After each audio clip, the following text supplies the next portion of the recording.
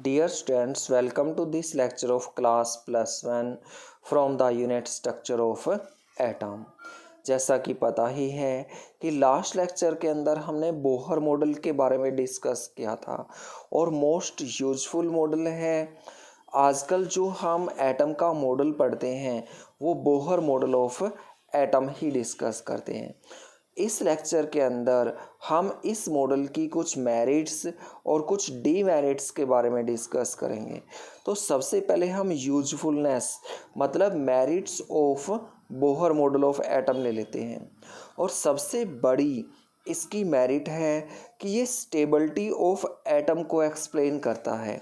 जैसा कि पता है कि जो रदरफोर्ड का मॉडल है उसने स्टेबिलिटी को एक्सप्लेन नहीं किया था। उसने कहा था कि जो इलेक्ट्रॉन है वो स्पाइरल पाथ में रिवॉल्व कर रहा है और जब वो रिवॉल्व कर रहा है तो एनर्जी को अमिट कर रहा है और फाइनली से न्यूक्लियस में गिर गया तो एटम क्या हो गया, कोलैप्स हो गया।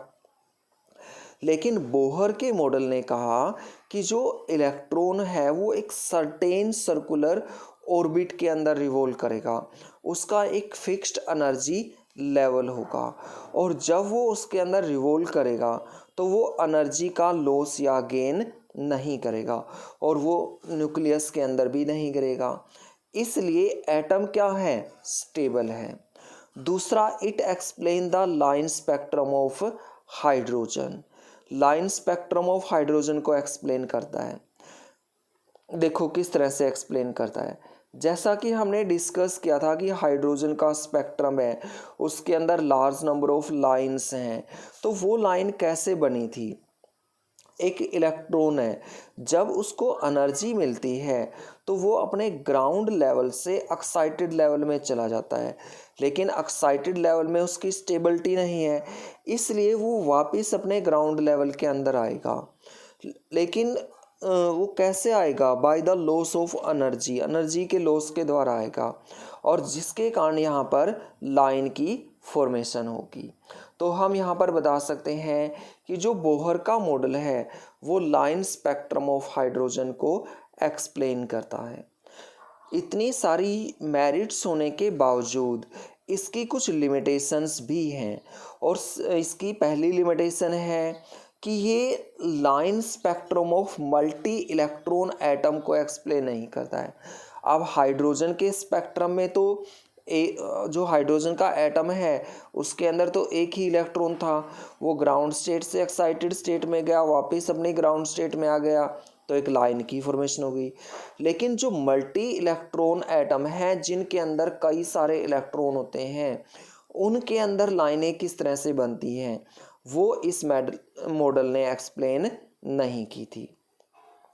दूसरी इसकी लिमिटेशन है कि ये splitting of lines in magnetic field और इलेक्ट्रिक फील्ड को एक्सप्लेन नहीं करता है। अब देखो एटम के अंदर क्या होता है, ऑर्बिट होते हैं, सेल होते हैं, ऑर्बिटल होते हैं। तो ये सभी हम कैसे डिस्कस करते हैं, स्प्लिटिंग ऑफ लाइंस के द्वारा डिस्कस करते हैं। और जब मैग्नेटिक फील्ड में स्प्लिटिंग होती है तो यहाँ पर उसको जी मैन इफेक्ट बोला जाता है और जब इलेक्ट्रिक फील्ड के अंदर स्प्लिटिंग होती है तो उसको स्टार्क इफेक्ट बोला जाता है। ये साइंटिस्ट के नेम है जिन्होंने इसके बारे में बताया था और उन्हीं के नाम पर इनके नाम रखे गए हैं। तीसरी इसकी लिमिटेशन है कि ये 3 डायमेंशनल मॉडल ऑफ एटम के बारे में एक्सप्लेन नहीं करता है। इसने कहा कि इलेक्ट्रॉन रिवॉल्व कर रहा है न्यूक्लियस के राउंड, तो वो 2 डायमेंशन के अंदर इसने बताया था, लेकिन जो एटम होता है वो 3 डायमेंशन के अंदर होता है, इसलिए हम कह सकते हैं कि 3 डायमेंशनल मॉडल ऑफ एटम इसने एक्सप्लेन नहीं किया। फोर्थ लिमिटेशन है कि ये शेप ऑफ मॉलिक्यूल के बारे में नहीं बताता है। अलग अलग मॉलिक्यूल्स की अलग अलग शेप होती है, जैसे ट्राइगोनल बाई पिरामिडल शेप है, टेट्राहेड्रल शेप है, ऑक्टाहेड्रल शेप है, अलग अलग तरह की शेप होती है। तो ये अलग अलग तरह की शेप किस तरह से बनी है इसके बारे में बोहर मॉडल ऑफ एटम ने एक्सप्लेन नहीं किया था। और लास्ट इसकी लिमिटेशन है कि ये de Broglie concept of dual nature of matter और हिंसबर्ग अनसर्टेनिटी प्रिंसिपल के बारे में एक्सप्लेन नहीं करता है। इसी लेक्चर के अंदर हम डी ब्रोगली कॉन्सेप्ट और हिंसबर्ग अनसर्टेनिटी प्रिंसिपल डिस्कस करेंगे, जहां पर हम डिटेल में जानेंगे इनके बारे में। यहाँ पर केवल यही बात याद करनी है कि ये इन दोनों को एक्सप्लेन नहीं करता है। अब हम सबसे पहले डिस्कस करने जा रहे हैं dual nature of matter and radiations. Matter मतलब पदार्थ, उसकी भी दो नेचर होती हैं। ड्यूअल का मतलब दो से है, और जो रेडिएशन है उसकी भी दो नेचर होती है। और ये दो नेचर होती कौन कौन सी हैं? एक तो पार्टिकल नेचर और दूसरा वेव नेचर। ये दो नेचर हैं जिनको ड्यूअल नेचर बोलते हैं। सबसे पहले 1905 के अंदर आइंस्टीन ने लाइट की ड्यूअल नेचर के बारे में बताया था, और उसके बाद 1924 के अंदर लुइस डी ब्रोगली ने फोटोन, मटेरियल पार्टिकल जैसे इलेक्ट्रॉन, प्रोटॉन, एटम, मॉलिक्यूल, एक चाक का टुकड़ा ले लें हम, या एक स्टोन का टुकड़ा ले लें, या एक आयरन बॉल ले लें, इनके बारे में भी बताया था कि इनकी भी ड्यूअल नेचर होती है।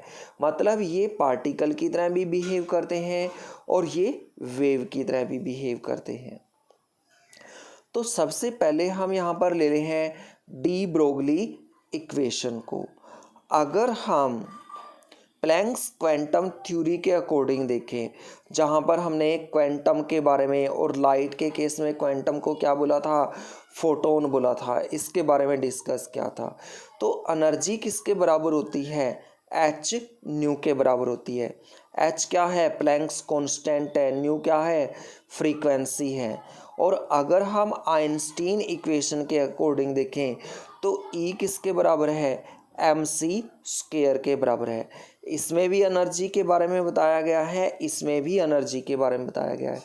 इसलिए हम एच न्यू को mc स्क्वायर के इक्वल रख सकते हैं। और हमने फ्रीक्वेंसी, वेवलेंथ और वेलोसिटी ऑफ लाइट के बीच में एक रिलेशनशिप डिस्कस की थी कि जो फ्रीक्वेंसी है वो किसके बराबर होती है? c बाई लेमडा, मतलब velocity of light by wavelength के बराबर होती है। और न्यू की वैल्यू हम इस फॉर्मूले के अंदर पुट कर देते हैं, तब हम यहाँ से कह सकते हैं कि एच सी बाई लेमडा ये किसके बराबर है? mc स्क्वायर के बराबर है। यहाँ से एक c से एक c कैंसिल हो जाएगा।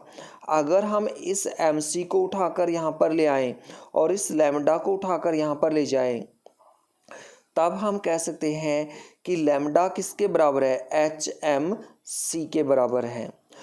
c जो है वो वेलोसिटी ऑफ लाइट है।